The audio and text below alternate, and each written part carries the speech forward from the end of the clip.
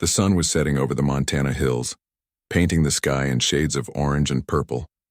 James stood on his front porch, a cup of coffee in his hand, watching his cattle graze peacefully in the distance.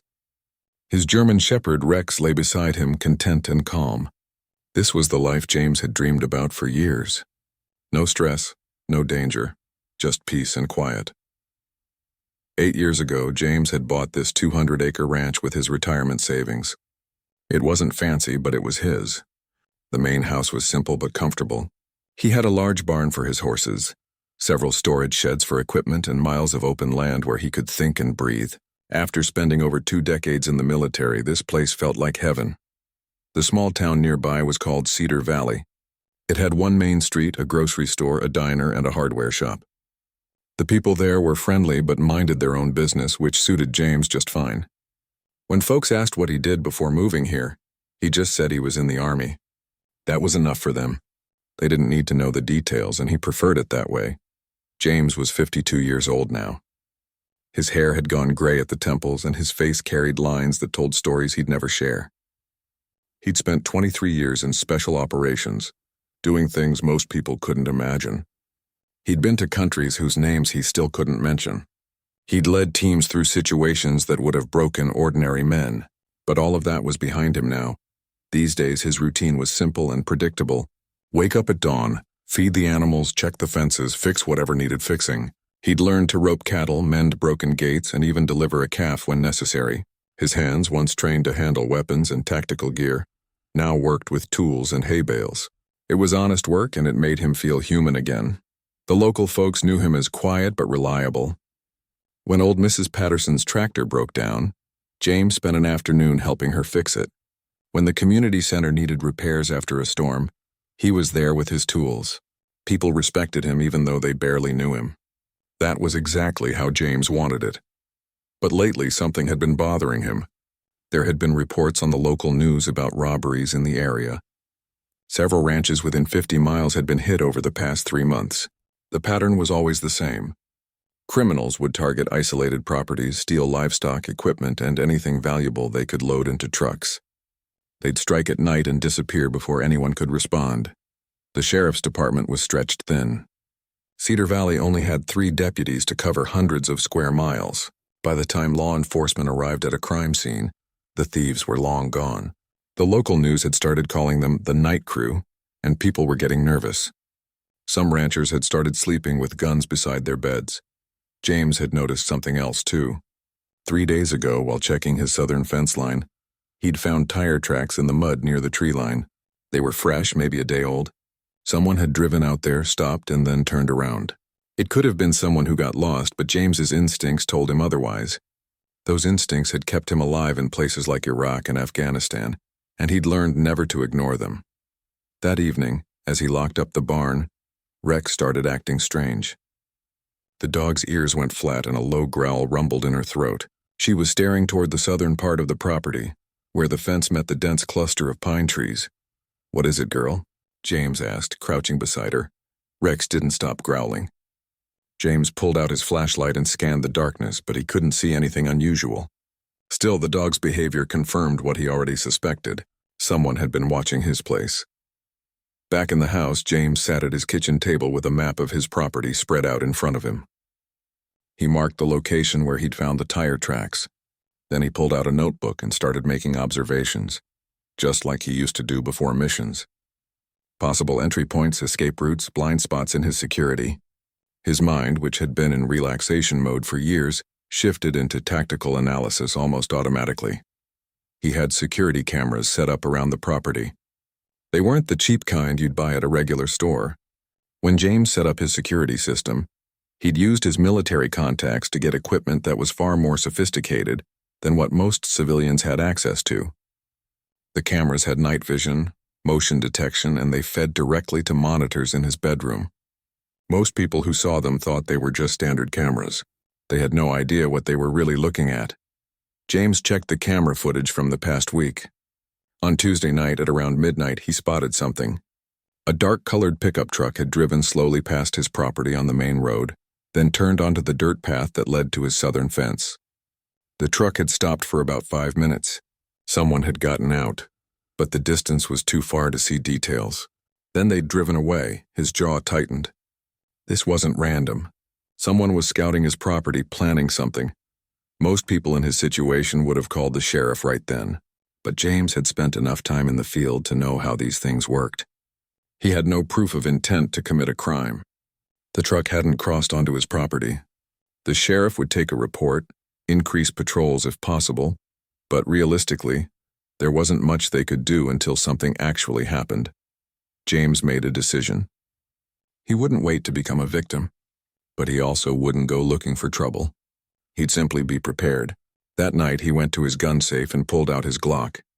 It had been a while since he'd carried it, but the weight felt familiar in his hand. He also retrieved his tactical vest from storage, checked his flashlights, and made sure his first aid kit was fully stocked. Before bed, he did something he hadn't done in years. He ran through mental drills, scenarios of what might happen and how he'd respond. Where would attackers most likely enter? What would their objectives be? How many might there be? His training came flooding back like muscle memory. You never really stopped being a soldier. You just learned to hide it better. Rex seemed to sense the change in him.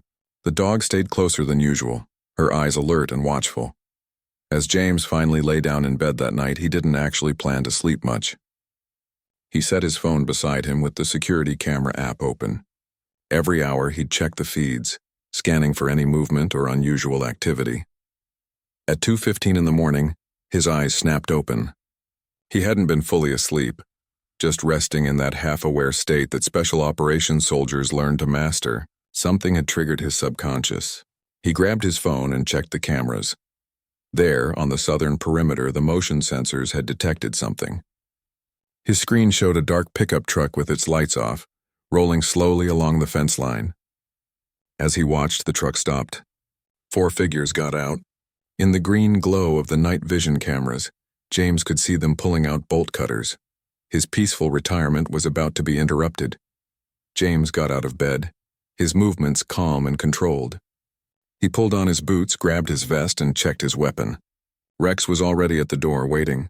"Looks like we've got visitors, girl," he said quietly. "Time to remind them why you don't pick the wrong house." He moved through his home in complete darkness, not turning on a single light. Every step was deliberate and silent. Outside, the criminals were cutting through his fence, completely unaware that they'd just made the biggest mistake of their lives. They thought they were robbing a lonely old man on an isolated ranch. They had no idea they'd just walked into the home of someone who'd spent 2 decades hunting the world's most dangerous enemies. The cold night air hit James's face as he slipped out the back door of his house. He moved like a shadow, staying low and using the darkness to his advantage. Rex followed close behind, her training from years of living with a military man kicking in automatically. The dog knew to stay quiet. Through his night vision scope, James could see 4 men working on his fence. They were dressed in dark clothes, their faces partially covered with bandanas. One of them was cutting through the wire with bolt cutters while the others stood watch. Their body language told James everything he needed to know. These weren't professionals. They were sloppy, overconfident, and making noise. The fence gave way with a metallic snap that echoed across the quiet ranch. The men climbed through, heading straight toward his barn where he kept his horses and expensive equipment. James had 3/4 horses worth about $15,000 each, plus 2 ATVs, welding equipment, and various tools that would fetch good money on the black market, but they weren't going to get any of it. James had already planned his approach. The barn had multiple entry points, but these men were going in through the main door, the obvious choice. That told him they hadn't done much planning. They were counting on speed and the element of surprise. What they didn't know was that James had been awake and watching them since they pulled up. He circled around, using the equipment sheds and hay bales as cover. His movements were fluid and silent, the result of countless hours of training in urban warfare and rural operations. He positioned himself behind a tractor about 30 feet from the barn entrance, giving himself a clear view and multiple escape routes if needed. The 4 men reached the barn door. One of them pulled out a crowbar and started working on the lock. They were talking now, their voices low but audible in the quiet night. "Hurry up, man. We need to be in and out in 15 minutes, one of them said. "Relax, the old man's probably dead asleep. This is going to be easy money," another replied. The lock broke with a crack and the barn door swung open. The men stepped inside, their flashlights cutting through the darkness. James could hear his horses stirring, disturbed by the intruders. This was the moment. James could have called the sheriff right then and waited for backup. But he knew the response time. By the time deputies arrived, these men would have loaded up his property and disappeared into the night. He'd filed enough police reports in his mind to know how it would go. Maybe they'd get caught eventually, maybe not. But his horses would be traumatized, his equipment gone, and his peace of mind shattered. No, that wasn't going to happen. James stood up and walked toward the barn entrance, his posture relaxed but ready. He left his weapon holstered. He wanted to give these men one chance to make the right choice. "Fellas, I think you're in the wrong place," James said, his voice calm and steady. The 4 men spun around, their flashlights blinding in his direction. For a moment, nobody moved. Then one of them, a tall guy who seemed to be the leader, started laughing. "Old man, you need to turn around and walk back to your house. Pretend you didn't see nothing and nobody gets hurt." James didn't move. "I'm giving you one opportunity to leave. Right now. Walk back through that fence and keep driving. I won't call the police and we'll forget this ever happened." Another one of the men pulled out a pistol, pointing it in James's general direction. "You think this is a negotiation? Get lost before things get bad for you." James sighed. He'd tried. Last warning. "Leave now." The leader took a step forward, pulling out his own gun. "Last warning? Man, are you serious right now? There's 4 of us and 1 of you. Do the math, Grandpa." What happened next would later seem impossible to the men trying to explain it to the police. James moved. Years of training compressed into seconds of action. He sidestepped into the shadow of the barn wall, disappearing from their flashlight beams before they could track him. The criminals started shouting, swinging their lights around, trying to find him. James had spent 2 decades learning how to operate in darkness. He knew every inch of his barn, every piece of equipment, every shadow. These men were stumbling around in unfamiliar territory with flashlights that destroyed their night vision. The first guy went down hard. James came up behind him and swept his legs out from under him with a precise kick to the back of the knee. As the man fell, James caught his gun hand, twisted it, and removed the weapon in one smooth motion. The whole thing took about 3 seconds. The man hit the ground with a grunt of pain, his knee screaming. "What the? Where did he go?" one of the others shouted. James was already moving to his next position. He used the sound of their voices and footsteps to track them. They were panicking now, bunched together instead of spreading out. Amateur mistake. The second man was searching behind a stack of hay bales when James struck. A quick strike to the solar plexus knocked the wind out of him, followed by a takedown that left him gasping on the barn floor. James secured his hands with zip ties he'd pulled from his pocket. "Always be prepared, Tommy. Rick, where are you guys?" The leader's voice had lost its confidence. 2 down, 2 to go. But James knew the last 2 would be the most dangerous. Cornered and scared meant unpredictable. He was right. The remaining 2 men started firing blindly into the darkness. Bullets punched through wooden walls and ricocheted off metal equipment. James had already anticipated this and positioned himself behind a solid steel tool cabinet. The horses were in a separate section of the barn protected by thick walls. He'd designed it that way specifically for their safety. "Stop shooting, you idiots," James called out. "You're just wasting bullets and giving me your positions." The shooting stopped. Heavy breathing filled the silence. "Who are you?" The leader called out, his voice shaking now. "I'm the guy who owns this ranch. The guy who wanted to spend his retirement in peace. The guy you should have left alone." James moved again, circling around. He could hear one of them trying to creep toward the door. Not happening. He grabbed a handful of loose screws from a workbench and tossed them across the barn. They clattered against the far wall and both men spun toward the sound, firing again. While they were distracted, James closed the distance. He came up behind the third man and put him in a control hold he'd learned in combatives training. The man struggled for about 5 seconds before James applied pressure to the right nerve cluster. The guy went limp, not unconscious but completely unable to move from the pain. "Drop the gun, now," James said quietly. The weapon clattered to the floor. That left the leader, who was now alone and terrified. James could hear him breathing hard, backing toward the barn door. "You can still walk out of here," James said. "Your friends are going to need medical attention, but they'll survive. You can run or you can join them in custody. Your choice," the leader bolted. He ran for the barn door, tripping over his own feet in his panic. James let him go. He could have stopped him easily, but 3 out of 4 was good enough. The leader would be caught soon enough. Right now, James needed to secure the scene and call the authorities. He pulled out his phone and dialed 911 while keeping watch over his 3 detained intruders. 911. What's your emergency? This is James Wilson at the Cedar Valley Ranch on Route 47. I have 3 attempted burglars detained on my property. 1 fled the scene heading west in a dark pickup truck. I need sheriff's deputies and possibly an ambulance. No one has life-threatening injuries, but they'll need to be checked out. The dispatcher sounded surprised. Sir, are you safe?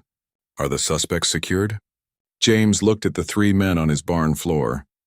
1 was still gasping for air, 1 was holding his injured knee, and 1 was zip-tied and thoroughly defeated. Yes, ma'am. I'm former military. The situation is under control. 20 minutes later, red and blue lights filled his driveway. Sheriff Linda Calhoun stepped out of her vehicle, her hand near her weapon until she assessed the scene. What she found was James sitting calmly on a hay bale, Rex beside him with 3 handcuffed suspects lined up against the barn wall. Mr. Wilson, she said slowly, taking in the scene. Want to tell me what happened here? James stood up and brushed off his jeans. These men cut through my fence and attempted to rob my barn. I detained them and called you. Pretty straightforward. The sheriff looked at the 3 suspects, then back at James. You detained 3 armed men by yourself? Yes, ma'am. She walked over to examine the suspects. 1 had a swollen knee, 1 was still catching his breath, and the 3rd had zip tie marks on his wrists and looked like he'd seen a ghost. Mr. Wilson, I think you and I need to have a longer conversation. Let's start with what exactly your background is. James nodded. He'd known this moment would come eventually. His quiet life was about to get a lot more complicated.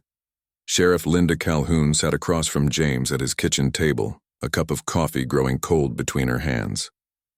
It was nearly 4 in the morning, and the deputies were still processing the crime scene outside.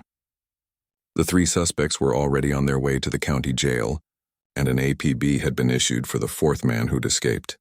23 years, the sheriff said quietly. Looking at the military service record James had reluctantly pulled from his filing cabinet. Delta Force.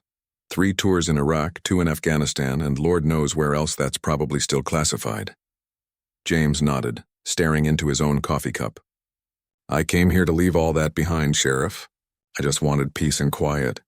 Well, you've got an interesting way of finding it, she said with a slight smile. Those 3 men are singing like birds down at the station. They're terrified of you. One of them asked if you were some kind of ninja. Despite himself, James chuckled. I'm just a retired soldier who knows how to handle himself. The sheriff's expression turned serious. There's something else you need to know. The leader who got away, his name is Vincent Kane. We've been tracking him and his crew for months.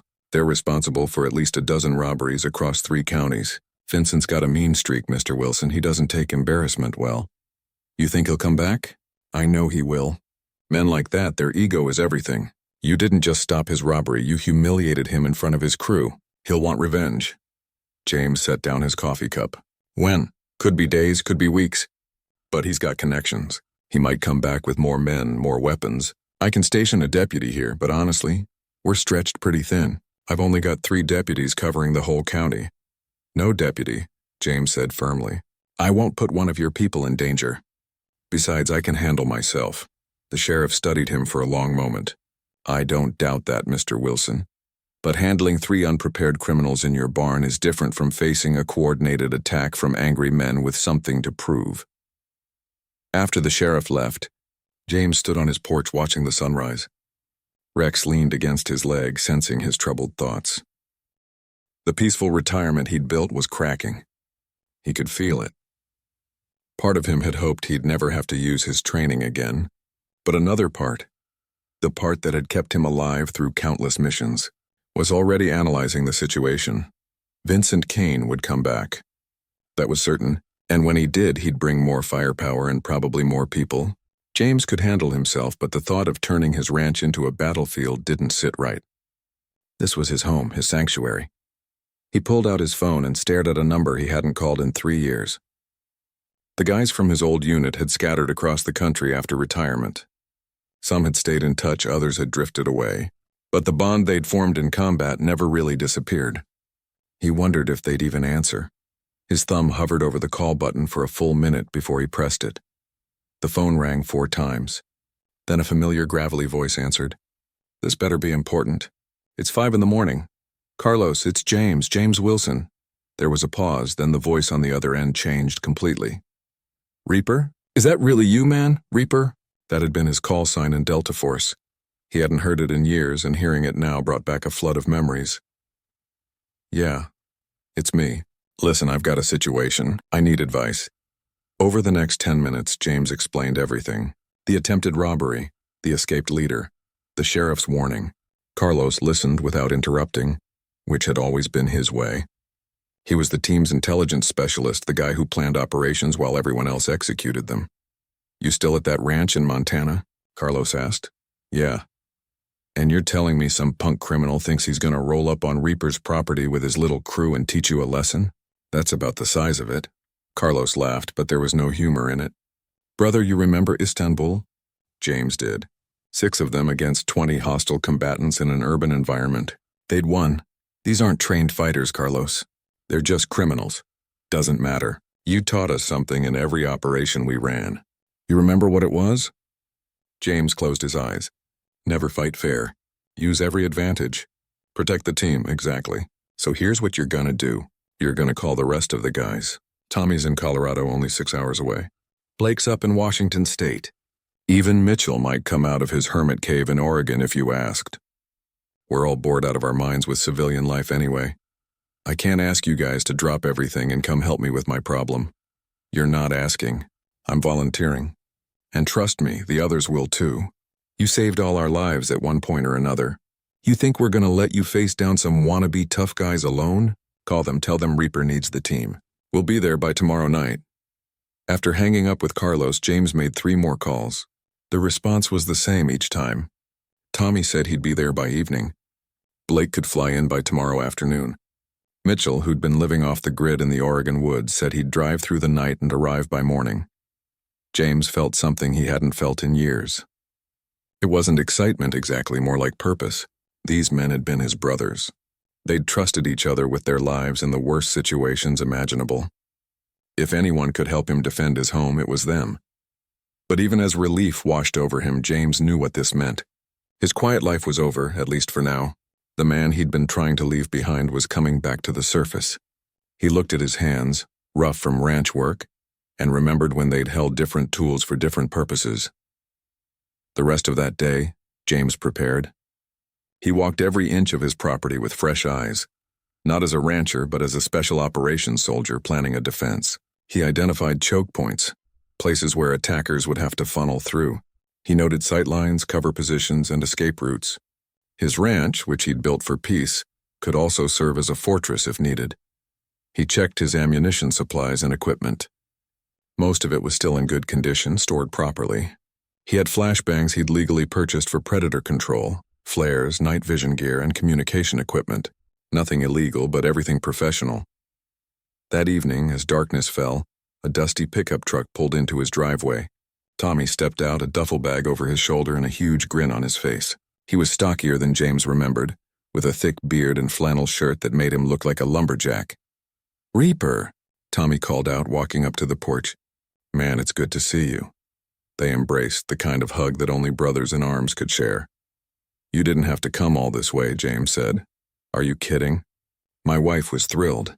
She said I'd been driving her crazy being home all the time, said I needed a mission. Tommy looked around at the ranch. "Nice place. Worth defending." "It is to me."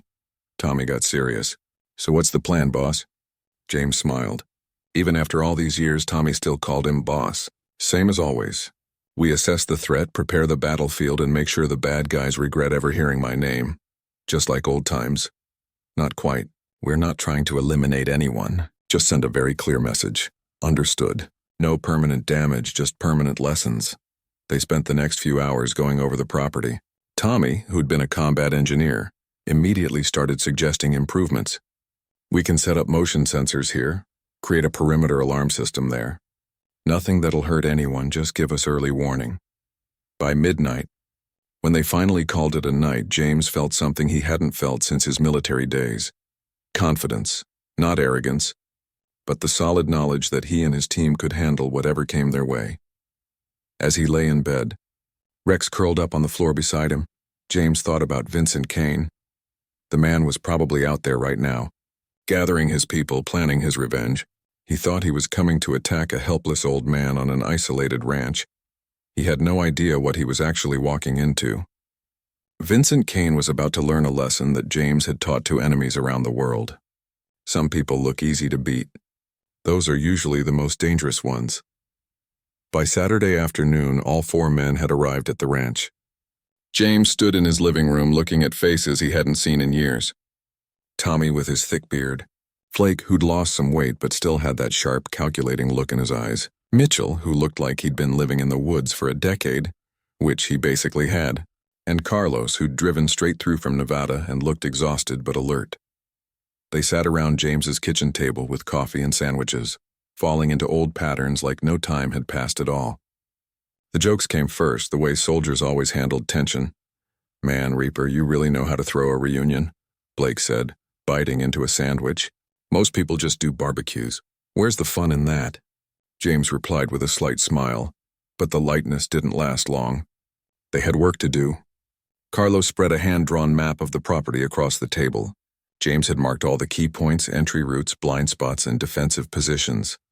"Okay, let's talk through this," Carlos said, slipping into his old role as the planner. "According to the sheriff, this Vincent guy has connections. He could show up with anywhere from 5 to 10 people. They'll be armed, probably with rifles and handguns. They'll want to hit hard and fast. They'll come at night," Mitchell added. He'd been a sniper, used to thinking about approach routes and timing. "Probably between midnight and 3 in the morning. That's when they think we'll be least prepared." Tommy leaned back in his chair. "The question is, what are our rules of engagement?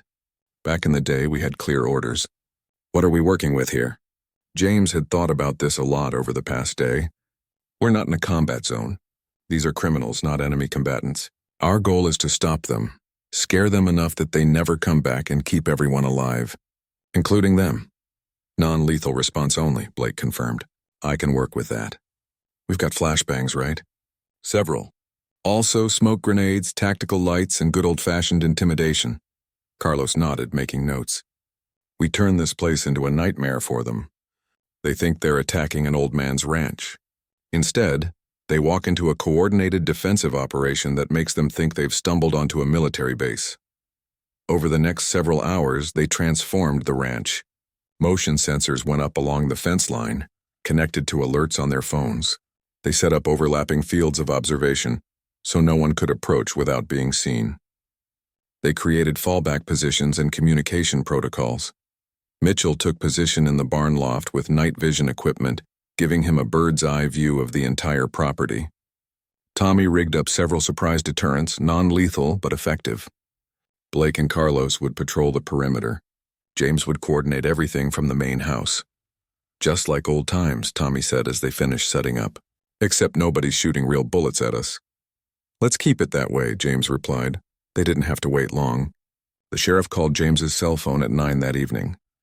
"Mr. Wilson, one of my deputies spotted Vincent Kane in town about an hour ago. He was with at least 6 other men, loading supplies into trucks. It looks like they're preparing for something." "Tonight then," James said. "I can have deputies there in 30 minutes if you want protection." "Negative, Sheriff. We've got this handled, but I'd appreciate it if you could have units on standby about 10 minutes out. We'll call if we need backup." There was a long pause. "Mr. Wilson, what exactly are you planning?" "Just going to have a conversation with some uninvited guests. Nothing illegal, I promise." After hanging up, James gathered the team. "They're coming tonight. Everyone knows their positions?" 4 heads nodded. They'd all checked their equipment 3 times. Everything was ready. "Remember, our objective is to neutralize the threat without causing permanent harm. We want them arrested, not hospitalized. These guys aren't worth throwing away our freedom over." "Understood," they said in unison. As darkness fell, the 5 men took their positions. James sat in his living room with all the lights off, watching multiple screens showing feeds from cameras around the property. Rex lay beside his chair, alert and silent. The dog had been through enough operations with James to know when it was time to be serious. At 11:45, the first motion sensor triggered. James's phone buzzed. A text from Mitchell. 2 vehicles approaching from the south. Lights off. Count 8 individuals. James texted the others. Showtime.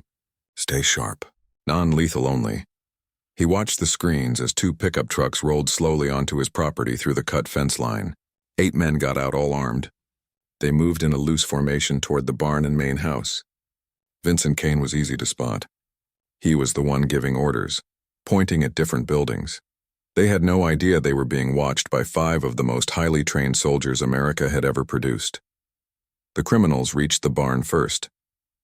That's when Tommy triggered the first surprise. Massive floodlights, the kind used on construction sites, suddenly blazed to life, blinding the intruders. They shouted and stumbled, covering their eyes. Before they could recover, Blake triggered the second phase. Speakers James had set up around the property came to life with a deafening alarm sound, disorienting and confusing. The men scattered, trying to find cover. "What the hell is this?" one of them shouted. Vincent Kane was yelling orders, but his men were panicking. This wasn't what they'd expected. Then Mitchell's voice came through a loudspeaker, calm and authoritative. "You are trespassing on private property. You are surrounded. Drop your weapons and lie face down on the ground. This is your only warning." Instead of complying, several of the men started shooting blindly into the darkness. Bullets pinged off metal buildings and thudded into wooden posts. None of them had any idea where to aim. They were shooting at shadows and sounds. James gave the signal. Phase 3. Carlos and Blake, wearing night vision and moving like ghosts, approached from 2 different directions. They each carried non-lethal deterrents. Blake tossed a flashbang grenade that exploded with a massive boom and blinding light. The men who'd been shooting dropped their weapons, clutching their ears. Carlos moved in with a smoke grenade, filling the area with thick, choking smoke. The criminals couldn't see, couldn't hear properly, and were completely disoriented. Tommy emerged from behind the barn, using a high-powered tactical flashlight to further blind anyone who tried to run. One by one, the criminals were herded into a tight group near the barn entrance, exactly where James wanted them. Mitchell kept watch from above, calling out positions. 2 trying to run east. Blake, you've got them. Blake intercepted the runners, appearing out of the smoke like something from their nightmares. He didn't hurt them, just positioned himself in their path and let them run right into his arms. Both men went down in controlled takedowns that left them breathless but uninjured. Within 5 minutes, 7 of the 8 criminals were on the ground, hands behind their heads, completely defeated. Only Vincent Kane was still standing, his gun pointed shakily into the darkness. "Show yourself," Vincent screamed. "Fight me like a man." James stepped out of the shadows, unarmed, his hands visible. Rex walked beside him, a low growl rumbling in her chest. "You wanted to come to my home, Vincent? Here I am." Vincent pointed his gun at James, his hand was shaking. "You think you're tough? You think you can humiliate me? I don't think anything, I know. You came to my property twice now. Twice you've failed. Your crew is finished. Your reputation is destroyed. The only question now is whether you're smart enough to put down that gun and end this peacefully. I'll kill you." "No, you won't. Because you're not a killer, Vincent. You're a bully and a thief who thought you could push around someone you saw as weak, but you chose the wrong target." 4 red laser dots appeared on Vincent's chest. Tommy, Blake, Carlos, and Mitchell had all positioned themselves with tactical lights that looked like weapon sights in the darkness. Vincent looked down at the dots, his face going pale. "Your friends are lying on the ground waiting for the police. You can join them peacefully, or we can make this harder. Your choice. But either way, this ends now." Vincent's gun hand dropped. The fight went out of him all at once. He fell to his knees, defeated. James pulled out his phone and called the sheriff. "Sheriff Calhoun? This is James Wilson. I've got 8 individuals secured on my property. They're ready for pickup. No injuries, no shots fired by us. Situation is completely under control." 20 minutes later, the ranch was flooded with police vehicles. Sheriff Calhoun walked through the scene, looking at the 8 handcuffed suspects, then at James and his 4 friends standing calmly near the house. "Mr. Wilson," she said slowly, "I'm going to need a very detailed report about what happened here tonight." "Of course, Sheriff. We simply defended private property using non-lethal deterrents. Everything we did was legal. Those men fired weapons recklessly. We just made sure nobody got hurt." She looked at the elaborate setup, the equipment, the precision of the operation. Non-lethal deterrents, right. Vincent Kane, sitting in the back of a police car, stared at James through the window. The look on his face said everything. He'd learned a lesson he'd never forget. Some people aren't what they appear to be. The sun rose over the ranch on Sunday morning, painting the Montana sky in shades of gold and pink. James stood on his front porch with a fresh cup of coffee, watching his 4 friends load their gear into their vehicles. The past 36 hours felt like something from another lifetime, yet here they were, saying goodbye like it had all been perfectly normal. Tommy was the first to finish packing. He walked up to the porch and extended his hand, but James pulled him into a hug instead. "Thanks for coming, brother," James said. "Anytime. Literally anytime. My wife said I came back looking 10 years younger. Apparently I needed this." Tommy grinned. "Though she also said if I come home with any more crazy stories, she's going to make me start a blog." Blake joined them, his duffel bag slung over his shoulder. "You know, I forgot how good it feels to work as a team. My security job is boring compared to this." "Boring is good," James replied. "Boring is safe." "Yeah, but boring doesn't give you stories to tell." Blake looked out at the ranch. "You've built something good here, James. Worth protecting." Mitchell came up last, quiet as always. He didn't say much, just nodded at James with that understanding that came from years of shared experiences. Some things didn't need words. Carlos was checking his truck one final time when Sheriff Calhoun's vehicle pulled into the driveway. She got out carrying a folder of paperwork and wearing an expression that was hard to read. "Gentlemen," she said, nodding at each of them, "I've spent the last 12 hours processing reports, interviewing suspects, and reviewing every piece of footage from last night." James felt his stomach tighten slightly. And I've come to the conclusion that what happened here was one of the most professional defensive operations I've ever seen. Everything you did was legal. Non-lethal force, clear warnings given, no excessive actions. Those men fired weapons on your property. You simply neutralized the threat. The tension in James's shoulders eased. "However," the sheriff continued, "I also know that what I saw wasn't just luck or good preparation. That was military precision. Special operations level coordination." She looked at each of them. "You were all Delta Force, weren't you?" The 5 men exchanged glances. Finally, James nodded. "Yes, ma'am, all of us. Different years, but we served together on multiple deployments." Sheriff Calhoun smiled slightly. "I figured. Well, gentlemen, I want to thank you. Vincent Kane and his crew have been terrorizing this county for months. We've got them on multiple charges now, thanks to their little visit here.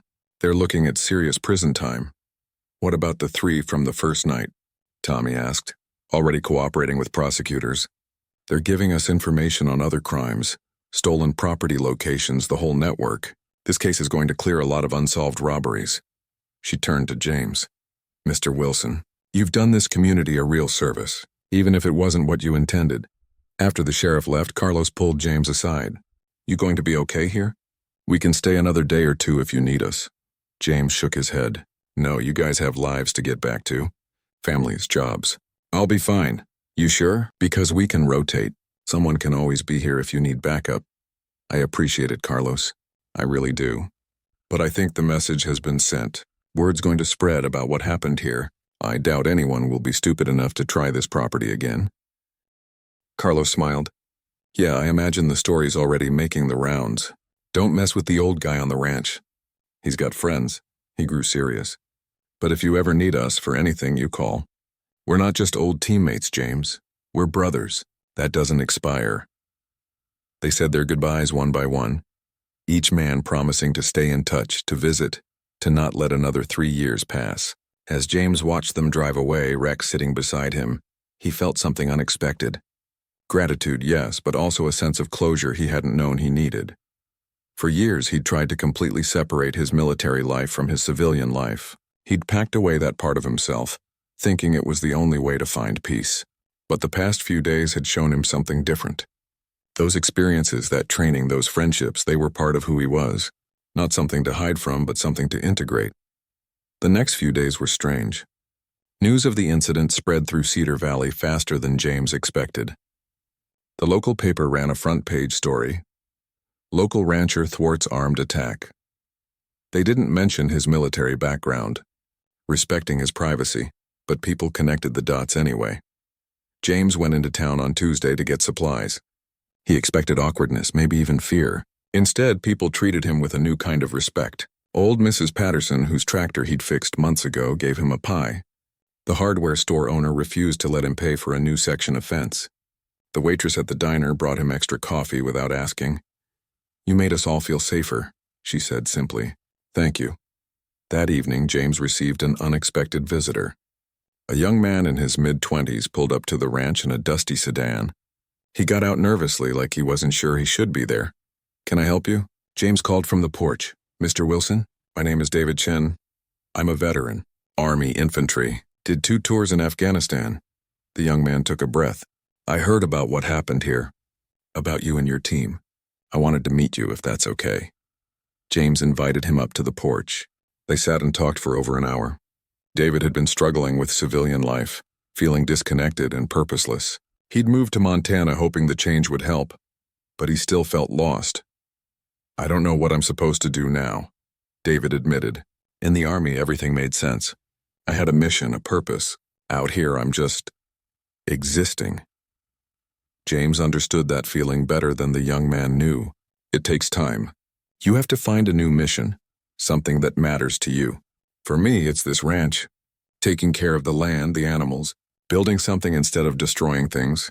But you didn't stop being a soldier, did you? I mean, you still have those skills. "The skills never go away," James said. "But you learn when to use them and when to put them aside. Most days I'm just a rancher. But when the situation called for it, yeah, I could access that training. The key is balance." David looked thoughtful. "Can I ask you something? Do you ever miss it? The action, the purpose, the brotherhood?" "Every day," James admitted. "But I don't regret leaving. I did my time, served my country, and I'm proud of that. Now I'm serving myself, my peace, my future. That's important too. You don't stop being valuable just because you're not in uniform anymore."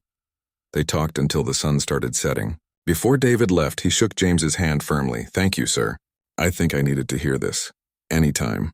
And David, you're always welcome here. If you need someone to talk to, someone who understands, my door is open." Over the following weeks, life slowly returned to normal. The fence was repaired. The security equipment stayed up, but James didn't obsess over it anymore. He fell back into his routine of caring for the ranch, watching sunsets, and enjoying the peace he'd fought so hard to protect. Carlos called every few days just to check in. Tommy sent photos of his kids. Blake shared stories from his security job. Mitchell, true to form, sent short text messages that somehow said everything. "Still alive. Woods are nice. Miss you guys."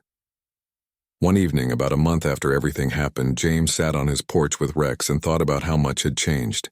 He'd come to Montana to escape his past, to leave the soldier behind and become just a simple rancher. But life had taught him something important. You can't divide yourself into pieces, keeping some parts and discarding others. He was James Wilson, retired Delta Force operator and Montana rancher. Both things at once. The soldier's discipline helped him run an efficient ranch. The rancher's patience had taught him a peace he'd never found in military life. They weren't separate identities. They were both him. His phone buzzed. A text from an unknown number. He opened it and smiled. It was David. The message was simple.